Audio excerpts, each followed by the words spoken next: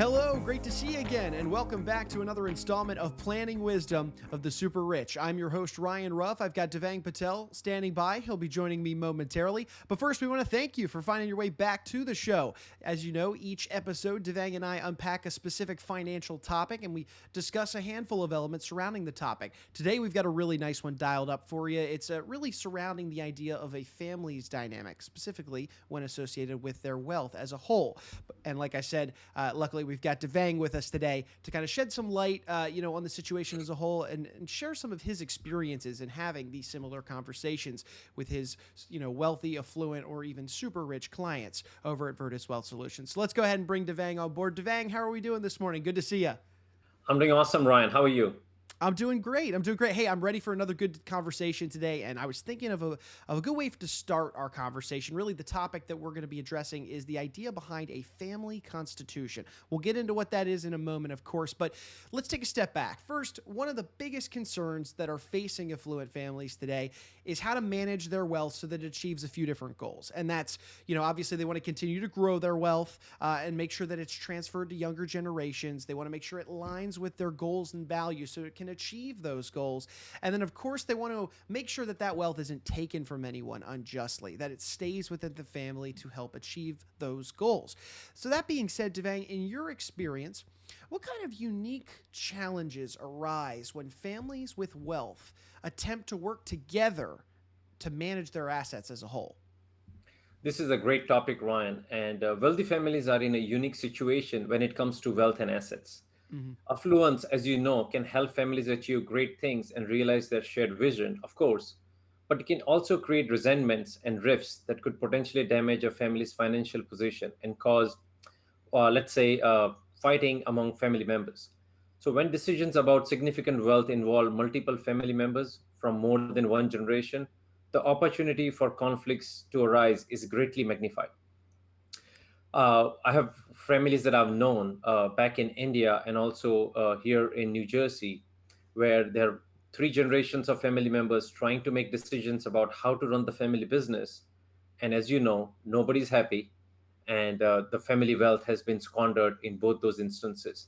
The biggest example being the wealthiest family in India is the Ambani family. Two brothers inherited almost $35 billion dollars each from their father. Fast forward from 2007 until now, one brother is worth around 70 billion. The other brother is bankrupt, and the both of them went to court, and there were like numerous issues. Wow. Similar things we have seen in the U.S., where we have like the Rockefeller family, which is Mm-hmm. amazingly wealthy, whereas the Vanderbilt family, which was he was one of the most wealthy guy back in the 1800s, Mm-hmm. that family has lost all their wealth. Yeah, I mean it's certainly one of those big things. You want to obviously make sure that that wealth is sustained over time. So let me ask you this then, Devang: are there any specific wealth-related issues that you tend to see more with families that do have significant assets? That largely depends on the amount of assets as well as whether the family is involved in a business together. Mm-hmm. If they're involved in a business together, it makes the situation a little bit more complicated. But broadly speaking, as wealthy families grow and expand over time, one big issue is keeping them and their shared capital together. From what we know is like the Rockefeller family is stronger because they kept their assets together, because then they get the leverage of billions of dollars working together instead of the money getting split like say 10 times or 16 times as the families keep growing. So Mm-hmm. sometimes the wealth remains commingled because of legal structures such as multi-generational trust. However, family members who feel wrong in some way may take legal action to try and break such trust. And that's what we see creating greater family disharmony and possibly jeopardizing the family bottom line as if they run a family business together. Right. I mean, it's one thing, of course. It's unfortunate, if a family has a divide, there's a rift between family members, and it's a whole nother issue if that's going to jeopardize the family wealth. Because let's face it, it could be the parents, the great parent, or I'm sorry, the grandparents, the great grandparents, even that the wealth was originally generated by, and it's just an unfortunate circumstance to potentially see that squandered due to a family rift. So that being said, Devang, what can families do to create and ultimately, maintain more harmonious relationships and situations, attitudes, and make sure that their wealth is aligned and that everybody's working well together on this front? What can they be doing? So, to avoid these situations, Ryan, and similar outcomes, and to help build an amazing family harmony, we suggest that wealthy families consider creating a formal family constitution. Mm, A family constitution can be an effective tool for dodging serious conflicts and facilitating agreements among family members. It helps family members address their concerns and preferences constructively. Often, constitutions will also lay out the future direction and the action family intends to take. This is the approach we see taken by many super rich, net worths of 500 million or more, with amazingly positive results. And it's a step that far more families should consider, even if the net worth is nowhere near that amount, because it helps keeps the families together more important than the money. sure, and this makes sense. One comprehensive document that outlines these family goals keeps everybody on the same page. Now, how would a family go about drafting this document to make sure it does achieve the types of goals and outcomes that the family ultimately wants? That's a great question, Ryan. Most family constitutions start by recognizing that there is contentiousness nearly in all families. Mm, Family members will disagree and even fight.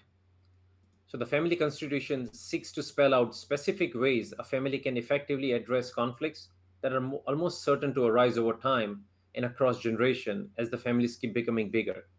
One of the biggest goals of a family constitution is to prevent the type of family conflicts that can tear families apart and diminish the fortunes, as we have seen with many big families.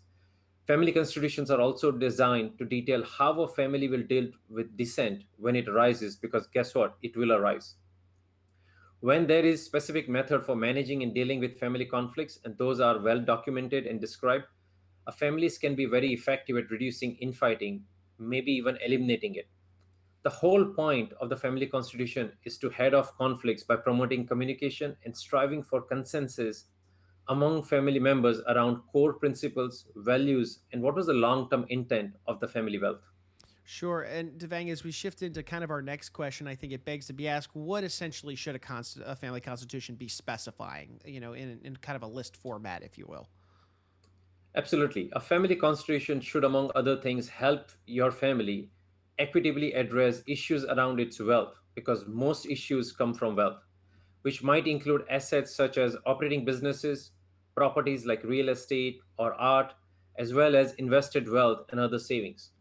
Specifically, a constitution should specify how wealth is to be used by family members, what limitations there are on how the wealth is spent, invested, and donated over time, who makes the decisions and how these decisions are made, how the family members can provide input and impact the decision making around the distribution and use of wealth, and finally, how family members are prepared to perpetuate family values and manage the family wealth.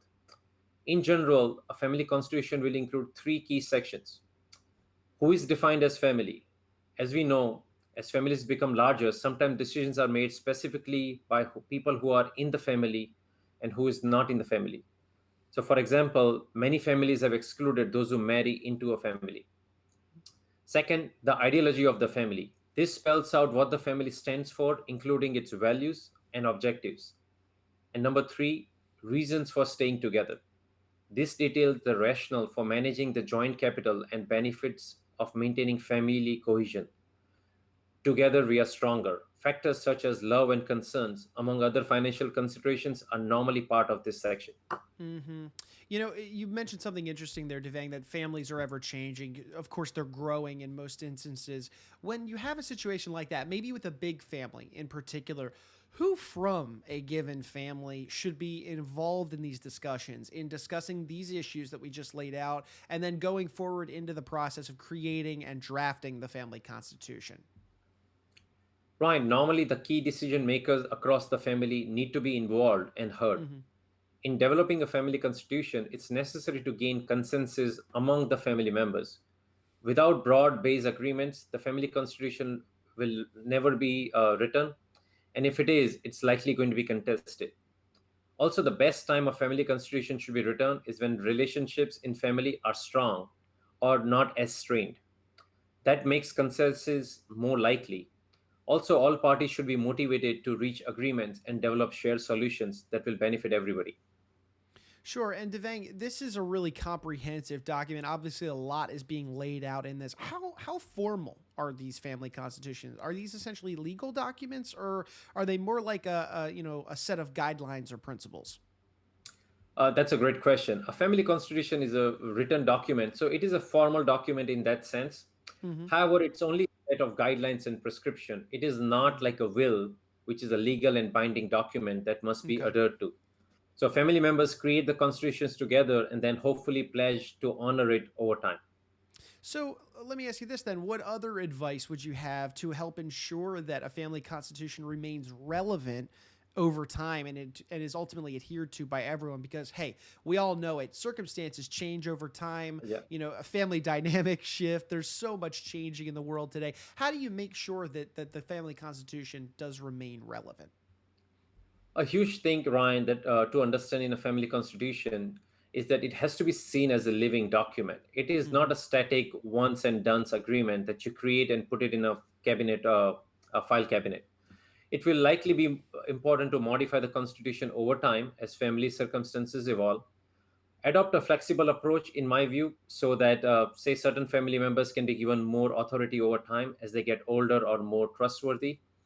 That approach will encourage family harmony over many, many years to come as different situations evolve. So, we've laid out this great document. It's a very comprehensive, keeps everybody aligned. Who can families then turn to for help with all of this? Where do you start? From the process of just identifying their values and their concerns, what they want their wealth to achieve, to actually creating the physical document and then even revisiting it down the road. Who do families turn to really get this process rolling? As you know, Ryan, gaining consensus requires openness and cooperation among different family members. Right. And to that end, what we see is many wealthy families use facilitators who are third party to help them work through relational issues and emotions that are often attached to the financial issues. We have seen that these conversations around the family money can get very intense as they often overlap with family history, baggages, and any acrimony that exists.